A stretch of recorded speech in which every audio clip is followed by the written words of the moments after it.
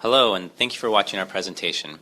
Today we will be talking about amyotrophic lateral sclerosis, or ALS. First of all, what is ALS? The first documentation of ALS was recorded in 1869 by Jean-Martin Charcot, a French neurologist. However, the disease did not receive much attention until 1939, when the New York Yankees first baseman, Lou Gehrig, was diagnosed with ALS and retired from baseball. Since that time, the disease is commonly referred to as Lou Gehrig's disease. ALS is a progressive neurological disease that affects nerve cells or motor neurons in the brain, the brainstem, and the spinal cord. The motor neurons gradually degenerate and eventually die. Without the motor neurons, the brain and spinal cord are no longer able to send messages to the muscles in the body. Without these signals from the brain and spinal cord, the muscles cease to function and gradually waste away and begin to twitch. It is important to note that ALS affects the voluntary muscles, or in other words, the muscles used to walk, move your arms, to breathe, etc. It does not affect involuntary muscle movement, so the heart and digestive system are left unaffected. Since ALS attacks the motor neurons, it is commonly believed that it does not affect a person's mind. However, recent studies have found that as many as 1/3 of individuals with ALS show clinically significant cognitive impairments in the frontal lobe. The senses such as sight, hearing, taste, touch, and smell remain intact. Even though ALS affects the voluntary muscles, it does not affect the muscles of the eye and bladder in most cases. Early symptoms for ALS vary per individual. The most common symptoms include increasing muscle weakness and stiffness. This is most notable in the arms and legs, but is also present in the muscles used for speaking, swallowing, and breathing. Other symptoms include muscle twitching and cramping, and thick speech characterized by difficulty to project one's voice. The disease most often occurs in individuals between the ages of 40 and 70. Once diagnosed, life expectancy is between 2 to 5 years. However, in some cases, patients have lived upwards of 20 years after diagnosis. ALS is not contagious and the cause is unknown. As of now, there is no cure.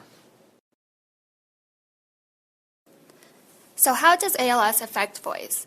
ALS affects a person's ability to speak loudly and clearly.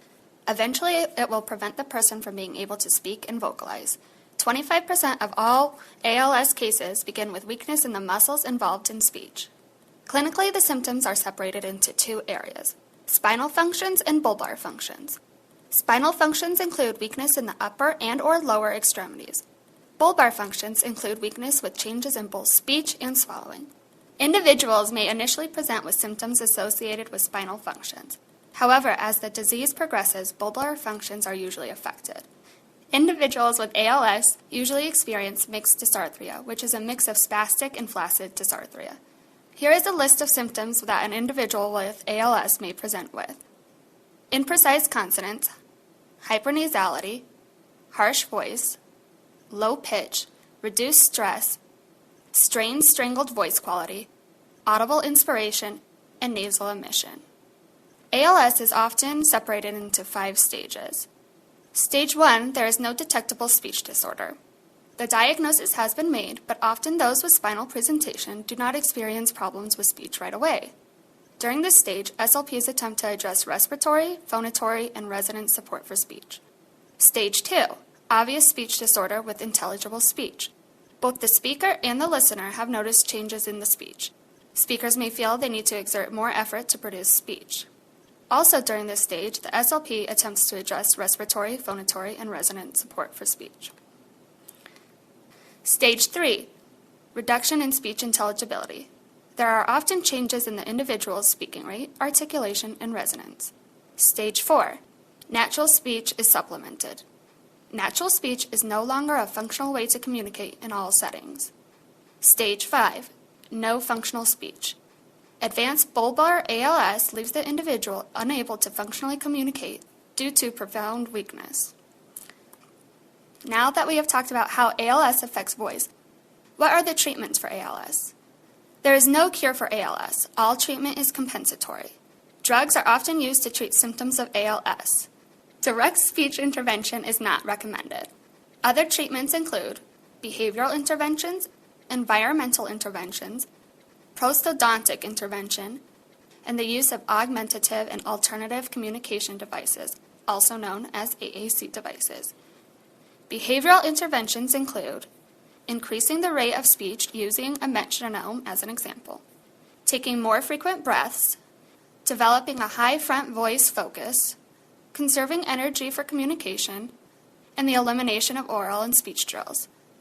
This is because exercise to fatigue may speed up neurological deterioration, and drills may be so tiring that it could compromise functional speech in other settings. Environmental interventions include making sure the listener is in the ideal position to hear the speaker. This is done by facing each other and reducing the amount of space between the listener and speaker.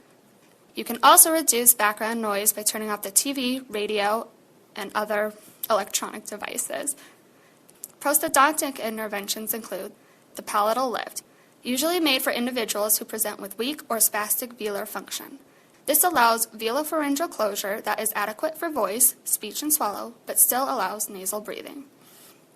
When a person loses control of their voluntary muscles, which includes the muscles for voice, an AAC device can be used to facilitate communication. Often individuals with ALS will store word banks or sentences in their AAC devices so that when they can no longer speak, the AAC device plays audio samples of their own voice. There are a large variety of AAC devices ranging from low-tech methods such as whiteboards to high-tech methods such as electronic devices to imitate and supplement speech. AAC devices allow those with ALS to communicate through modified means of speech and communication. Now we are going to watch a video about Augie Nieto, a man with ALS, and how he uses his AAC device through eye tracking software to communicate. ALS presents many challenges, but communication is the most overwhelming. When the ability to communicate is lost, hope often goes along with it. Not only do you lose your voice, in a sense, you lose your identity. When I was diagnosed with ALS almost 4 years ago, I knew that I didn't want that to happen. And when I was starting to find it harder to move my hands, I started to explore software and hardware solutions that might help me stay connected with my friends, family and business colleagues. Today I stay connected with my eyes. Eye tracking technology used to be confined to university research, but thanks to Dynavox, it is now real technology that solves real problems. With my eyes, I can speak, send email, control my environment, TV, DVD, etc. with infrared controls, use the internet and read books. This device has given me the power of hope. More than 90% of people diagnosed with ALS lose the will to live and elect not to go on a ventilator because they cannot communicate. It is frustrating because although my body may not function in the manner that I want it to, my mind is sharper than ever. The VMAX and IMAX give me the ability to connect with others again. As you can imagine, this is extremely powerful and has given me the ability and will to live. How does ALS affect swallowing? Breathing or swallowing muscles may be the first muscles affected. As the disease gets worse, more muscle groups develop problems. The symptoms include difficulty breathing and swallowing, aspiration, easily choking on food or drink, drooling, and gagging.